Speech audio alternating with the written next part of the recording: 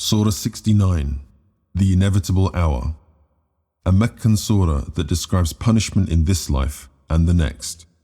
The bliss to be enjoyed by the believers is eloquently contrasted with the torments of hell.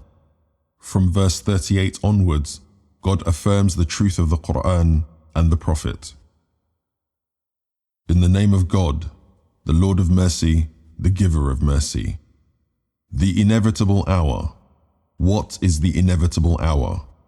What will explain to you what the inevitable hour is? The people of Thamud and 'Ad denied that the crashing blow would come. Thamud was destroyed by a deafening blast. 'Ad was destroyed by a furious wind that God let loose against them for 7 consecutive nights, 8 consecutive days, so that you could have seen its people lying dead like hollow palm trunks. Can you see any trace of them now?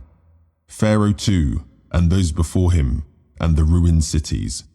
These people committed grave sins and disobeyed the messenger of their Lord, so he seized them with an ever-tightening grip.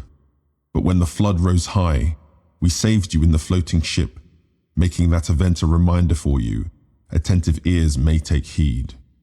When the trumpet is sounded a single time, when the earth and its mountains are raised high and then crushed with a single blow, on that day the great event will come to pass.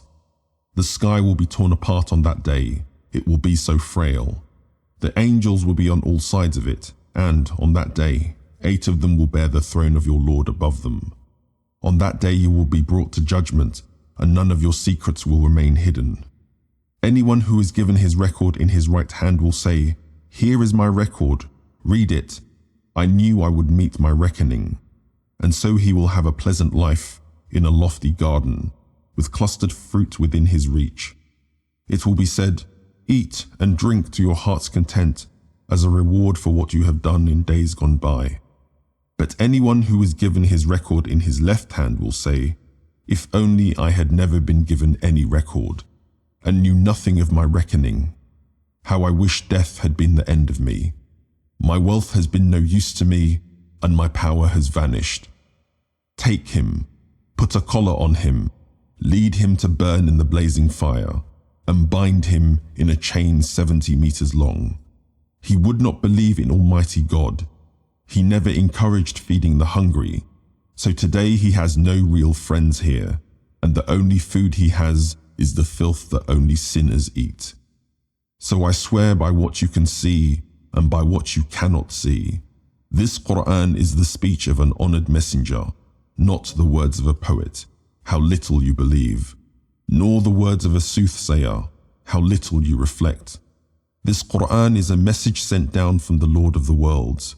If the Prophet had attributed some fabrication to us, we would certainly have seized his right hand and cut off his lifeblood, and none of you could have defended him. This Qur'an is a reminder for those who are aware of God. We know that some of you consider it to be lies. This will be a source of bitter regret for the disbelievers, but it is in fact the certain truth. So Prophet, glorify the name of your Lord, the Almighty.